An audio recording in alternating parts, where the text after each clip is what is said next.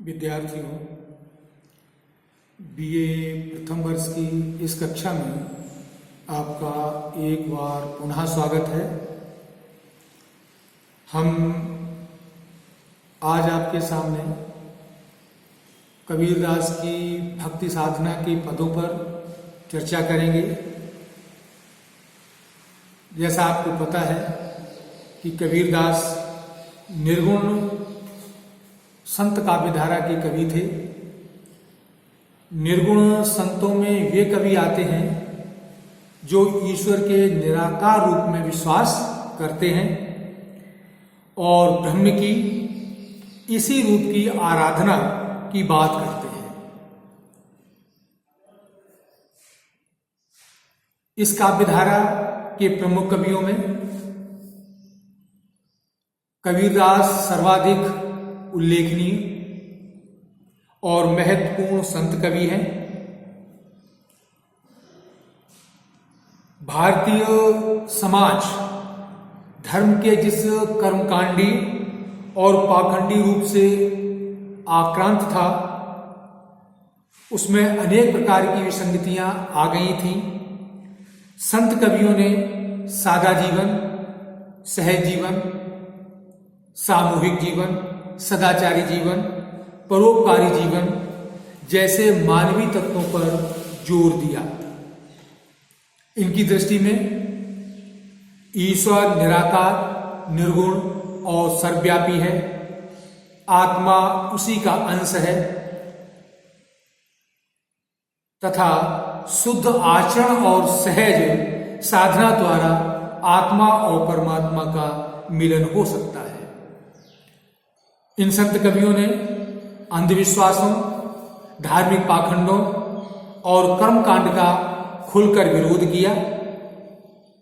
ये संत कवि मानव धर्म के पक्षधर हैं, जो हिंदू मुसलमान, गरीब अमीर, सवर्ण अवर्ण सबको समान रूप से मानता है। ऐसे कवियों में अग्रणी कवि कबीरदास हैं। हम आपको आपके पाठ्यक्रम में संकलित कबीरदास के कुछ महत्वपूर्ण पदों का पाठ करते हुए उनकी व्याख्या समझाएंगे। तो चलिए हम प्रारंभ करते हैं। देखिए, कबीरदास जी कहते हैं, तेरा जन एक आध है कोई, काम क्रोध लोभ मोह विवर्जित, हरिपद चीन्ह सोई, अस्तु निंदा दो विवर्जित, तजहि मानु अभिमाना, लोहा कंचन समकर जानी, ते मूर्ति भगवाना, रुजगुण तमगुण सतगुण कहिए, यह सब तेरी माया, चौथे पद को जो जन चीन्हे तिन्हीं परम पद पाया, चितय तो माधव चिंतामणि, हरिपद रमय उदासा, चिंता और अभिमान रहित है कह कबीर सुदासा। कबीरदास जी कहते हैं कि हे पुरुष, हे साधु पुरुषों, हे सज्जन पुरुषों, तेरा जन एक आध है कोई। कि भगवान की आराधना करने वाला, भगवान का चिंतन मनन करने वाला कोई एकाध मनुष्य होता है। अर्थात दुनिया में अनेक मनुष्य हैं, दुनिया में अनेक लोग हैं, लेकिन ऐसे लोग बहुत कम हैं जो भगवान की आराधना करते हैं, भगवान का चिंतन और मनन करते हैं। काम क्रोध लोभ मोह विवर्जित, हरिपद चीन्ह सोई। ऐसा व्यक्ति जो काम क्रोध मद लोभ ईर्षा द्वेष इन विकारों से रहित हो, इन विकारों को जिसने अपने जीवन से दूर कर दिया हो, इन विकारों पर जिसने जीवन में विजय प्राप्त कर ली हो, हरिपद चीन्ह सोई। क्योंकि परमात्मा के चरणों की उपासना, परमात्मा के नाम का जप, ईश्वर की आराधना, ईश्वर की साधना वही व्यक्ति कर पा सकता है जिसके मन से विकार निकल गए। कबीरदास जी कहना चाहते हैं, जब तक व्यक्ति के मन में काम, क्रोध, मद, लोभ आदि विचार रहते हैं तब तक व्यक्ति परमात्मा की ओर उन्मुख नहीं होता। और जब परमात्मा की ओर उन्मुख हो जाता है तो ये विकार स्वतः ही शांत हो जाते हैं। तो कबीरदास जी कहते हैं, प्रभु इस संसार में कोई एक आधी व्यक्ति ऐसा है जो इन काम वासनाओं से, इन सांसारिक विकारों से रहित होकर के आपके चरणों की आराधना करता हो। अस्तुत निंदा दो विसर्जित तजय मानो अभिमाना विवर्जित। जो स्तुति और निंदा, प्रशंसा और बुराई दोनों में समान। सामान्यतः है मानव का स्वभाव होता है कि स्तुति कर देने पर वो प्रसन्न हो जाता है, खुश हो जाता है, और निंदा करने पर वो दुखी हो जाता है, परेशान हो जाता है, बुरा मान जाता है। लेकिन ऐसा मनुष्य जो भगवान के चरणों का अनुरागी है, जो योग साधना में लगा हुआ है, ऐसा मनुष्य निंदा और स्तुति दोनों से ऊपर उठ जाता है। चाहे आप उसकी निंदा करें, चाहे आप उसकी प्रशंसा करें, वह इस चीज पर कभी ध्यान नहीं देता। तजय मानो अभिमाना, और जिसने मान और अभिमान छोड़ दिया है, हे प्रभु ऐसा कोई भक्त, ऐसा कोई सज्जन पुरुष, ऐसा कोई साधक आपका कोई बिरला ही होता है, अर्थात एक आधी ऐसा कोई व्यक्ति होता है। लोहा कंचन समकर जानिहि ते मूरत अभिमाना। कबीरदास जी कहते हैं कि जो मनुष्य लोहा और कंचन, लोहा कहते हैं लोहा बेकार की चीज, व्यर्थ, और कंचन कहते हैं सोना यानी कीमती वस्तु। ऐसे लोग जिनकी लोहा और सोने में समदृष्टि होती है, अर्थात कीमती से कीमती वस्तु को देख करके भी उनके मन में लोभ पैदा नहीं होता, और जिसका कोई मूल्य नहीं है या जो बहुत ज्यादा कीमती नहीं है, ऐसी वस्तु को देख करके भी उनके मन में कोई विचार नहीं आते हैं। ते मूर्त भगवान, वो साक्षात भगवान की प्रतिमूर्ति हैं। अर्थात कहना चाहते हैं वो इस दुनिया से बहुत अधिक ऊपर उठ गए हैं, वो सांसारिक आकर्षणों से ऊपर उठ गए हैं, इसलिए वो भगवान की प्रतिकृति है, अर्थात भगवान के समान है, क्योंकि उनका मन सांसारिक पदार्थों से विरक्त हो गया है। रजगुण तमगुण सतगुण कहिए ये सब तेरी माया। इस संसार में 3 प्रकार के प्राणी हैं और 3 प्रकार के गुण हैं, सतोगुण, रजोगुण और तमोगुण। सत्वगुण सात्विकता का प्रतीक है, देवत्व का प्रतीक है, सात्विक विचारों का प्रतीक है। रजोगुण चंचलता का प्रतीक है, संसार में माया में आकर्षित होने का प्रतीक है। रजोगुणी व्यक्ति सांसारिक माया मोह के प्रति बहुत जल्दी आकर्षित होता है, और तमोगुण अज्ञान का, अंधकार का, तामसी प्रवृत्तियों का प्रतीक है। तो हे प्रभु, ये संसार में 3 गुण हैं, सत्गुण, रजगुण और तमोगुण, और संसार में इन 3 गुणों वाले व्यक्ति भी हैं। ये सब तेरी माया, ये सब तेरी माया का प्रसार है, अर्थात ये सब तेरी माया है, तेरा ये आकर्षण है। ये प्रभु ये तेरी सृष्टि है, इस सृष्टि में सभी प्रकार के गुण हैं, सभी प्रकार के लोग हैं। ये सृष्टि जो है 3 गुणों से परिपूरित है, ये सब तेरी माया का प्रसार है। सात्विक लोग भी हैं, राजसिक लोग भी हैं और तामसिक लोग भी हैं, सत्व गुण भी है, रजगुण भी है और तमोगुण भी है। ये तेरी माया जो है, तेरी सृष्टि जो है विविध भावों से भरी हुई है। चौथे पद को जो जन जीने, चौथे पद यानी इससे ऊपर, यानी सत्व, रज और तम से जो ऊपर उठ जाता है और ऊपर उठकर जो है आपको जान लेता है, आपकी पहचान कर लेता है, आपका साक्षात्कार कर लेता है, तिन्हीं परम पद पाया। वो इस संसार से मुक्ति प्राप्त हो जाते हैं, अर्थात सांसारिक आवागमन के चक्र से वो लोग छूट जाते हैं। क्या कहना चाहते हैं बच्चों? कबीरदास जी कहना चाहते हैं कि जो लोग संसार में सांसारिक आकर्षणों, माया मोह इत्यादि से ऊपर उठ जाते हैं, इनसे मुक्त हो जाते हैं, अर्थात सांसारिक आकर्षण जिनके ऊपर कोई प्रभाव नहीं डाल पाता है, इनसे ऊपर जो उठ करके समाधि अवस्था में जो पहुंच जाते हैं वह वैकुंठ को प्राप्त कर लेते हैं, अर्थात उन्हें आपका साक्षात्कार हो जाता है और आपके दर्शन होने से वो सांसारिक बंधनों से ऊपर उठकर परम पद को प्राप्त कर लेते हैं। आवागमन के चक्र से छूट जाते हैं, वह स्थान प्राप्त कर लेते हैं जहां जीव अनंत काल तक परमात्मा के चरणों में निवास करते हुए आनंद को प्राप्त होता है, अर्थात पुनः संसार में नहीं आना पड़ता है। चिंता तो माधव चिंतामन हरिपद रमय उदासा। कबीरदास जी कहते हैं कि हे मनुष्य, अगर तुझे चिंता करनी है, तू अगर कुछ चिंतन करता है तो किसकी कर? माधव भगवान के नाम की कर, ईश्वर की चिंता कर, ईश्वर का चिंतन कर, ईश्वर का मनन कर, क्योंकि ईश्वर का नाम माधव, भगवान का नाम चिंतामणि। उपमा अलंकार किसके समान है? चिंतामणि के समान है। भगवान का नाम एक मणि है, चिंतामणि। एक चिंतामणि वो कहलाती है, कहते हैं कि चिंतामणि को जो व्यक्ति धारण कर लेता है उसकी समस्त चिंताएं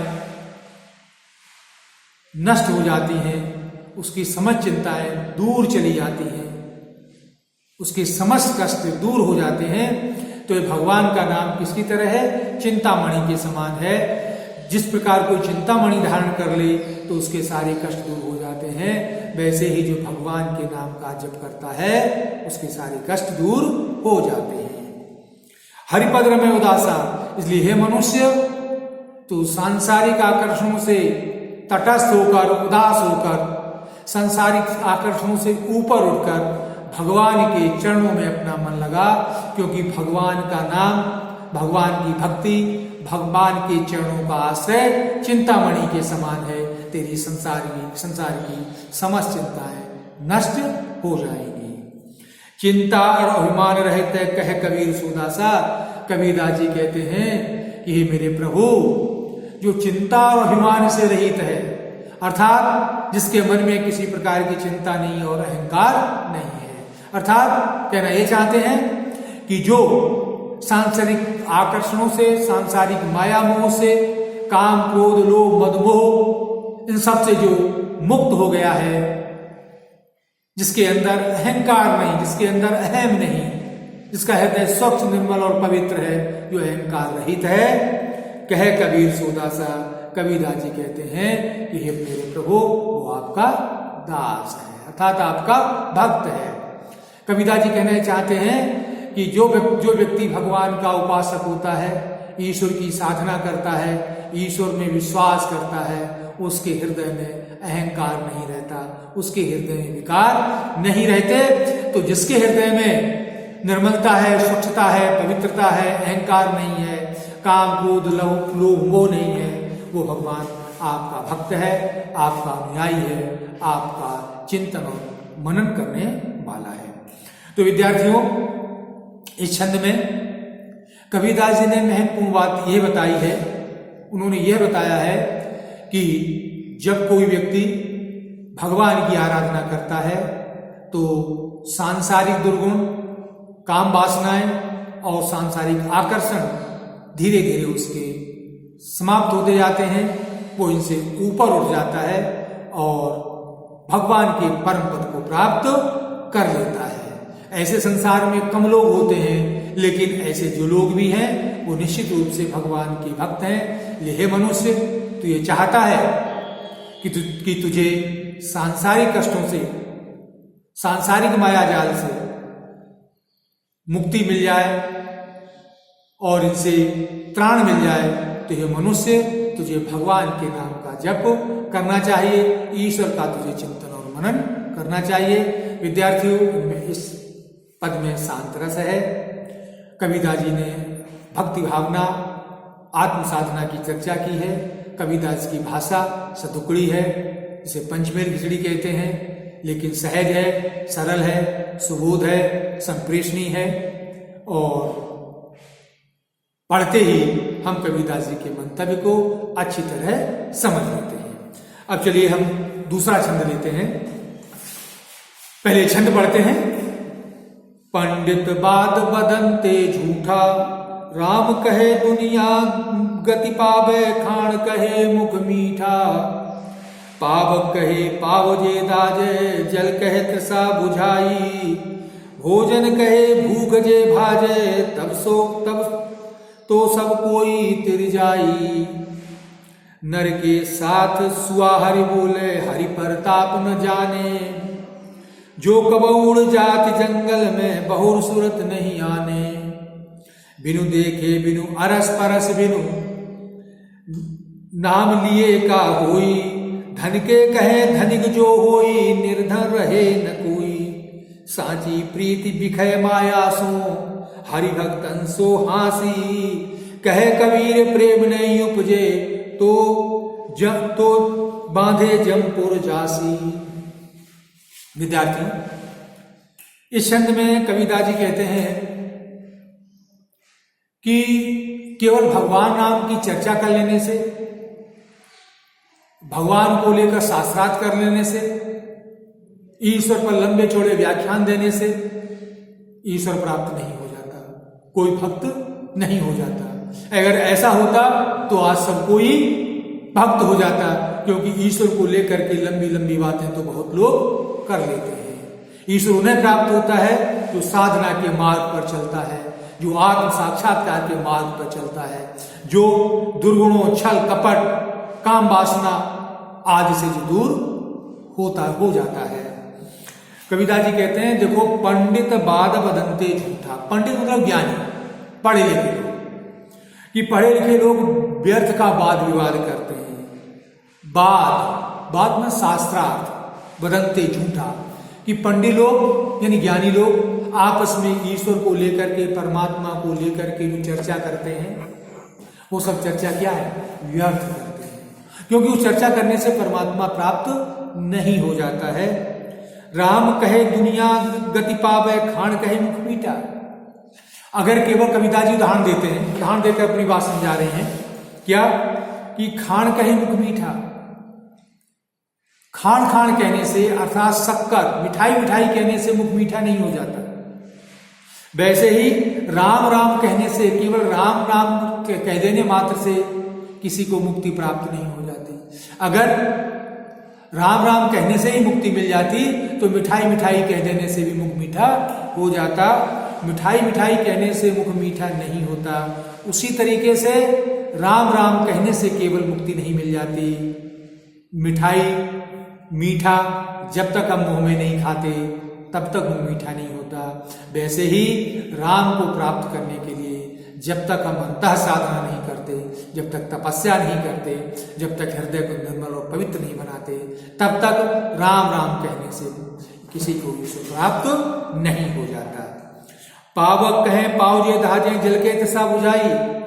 कहते हैं जिस प्रकार से अग्नि कहने से पैर नहीं जल जाते, पानी पानी कहने से प्यास नहीं बुझ जाती, अर्थात हाथ जलाने के लिए, पैर जलाने के लिए आग में हमें पैर देना पड़ता है, प्यास बुझाने के लिए पानी पीना पड़ता है, उसी प्रकार से राम राम कहने से ईश्वर नहीं मिल जाता, अपितु राम को प्राप्त करने के लिए हमें साधना करनी पड़ती है। भोजन कहे भूख जे भाजे, तब सो कोई तर जाए। केवल भोजन भोजन कहने से भूख चली जाती नहीं जाती। कोई भूखा हो और भोजन भोजन भोजन भोजन करता रहे तो भूख नहीं चली जाएगी। भूख कब जाएगी? जब हम भोजन को करेंगे। तो कविता जी कहते हैं कि भोजन भोजन करने से अगर भूख चली जाती तो सब कोई तिर जाए, तो सब कोई अभी तक पार हो गया होता, अर्थात सबके पेट भर गए होते। लेकिन ऐसा नहीं होता है। तो जिस प्रकार भोजन भोजन कहने से भूख नहीं चली जाती, उसी प्रकार से केवल राम राम कह देने से राम प्राप्त नहीं हो जाते।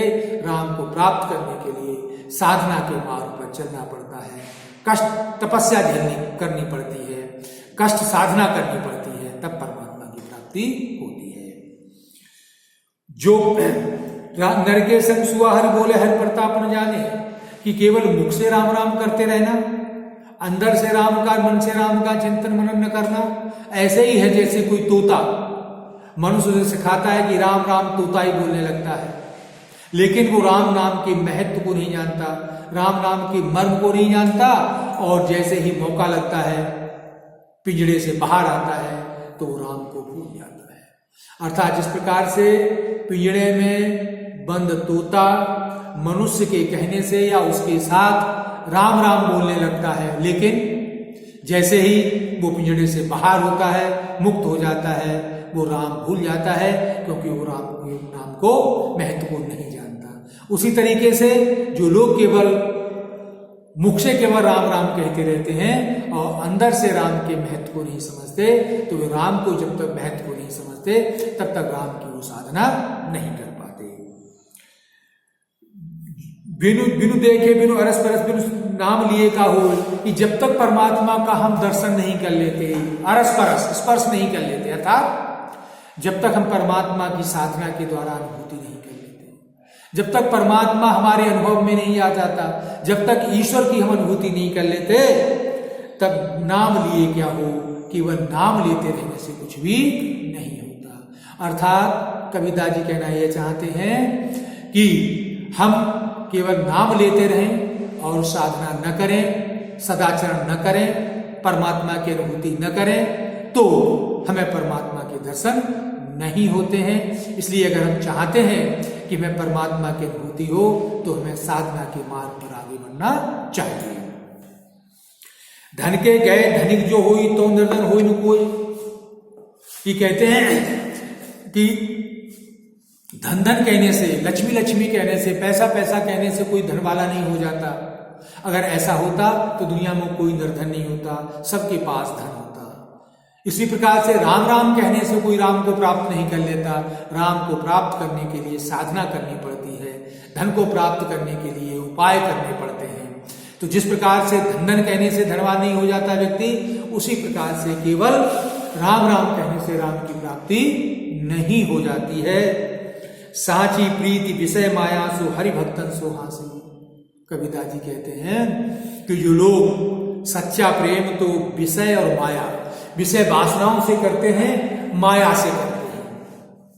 और भक्त हरि भक्तन सो हासी कहना क्या चाहते हैं कि हरि भक्त भगवान के भक्त होने का उपहास करते हैं। अर्थात अंदर से तो जिनके मन में लगाव माया मोह से है, सांसारिक आकर्षण से है, और ऊपर से भगवान का भक्त होने का जो ढोंग करते हैं, ऐसे लोगों को ईश्वर प्राप्त नहीं होता है।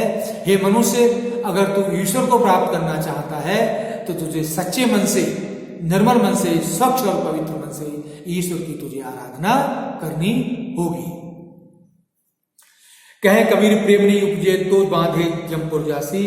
कबीरदास जी कहते हैं कि हे लोगों, हे सज्जन पुरुषों, हे सांसारिक मनुष्यों, अगर तुम्हारे हृदय में परमात्मा के प्रति प्रेम उत्पन्न नहीं हुआ, अर्थात समय रहते ये तुमने ईश्वर का चिंतन और मनन नहीं की, साधना नहीं की, अगर शरीर के रहते हुए तुमने परमात्मा का साक्षात्कार नहीं किया, सांसारिक विषय आकर्षणों से मुक्त नहीं हुए, काम वासना से मुक्त नहीं हुए, तो बांधे जमपुर जासी, तो यमपुर में बांधे जाओगे, यमराज तुम्हें बांधेंगे।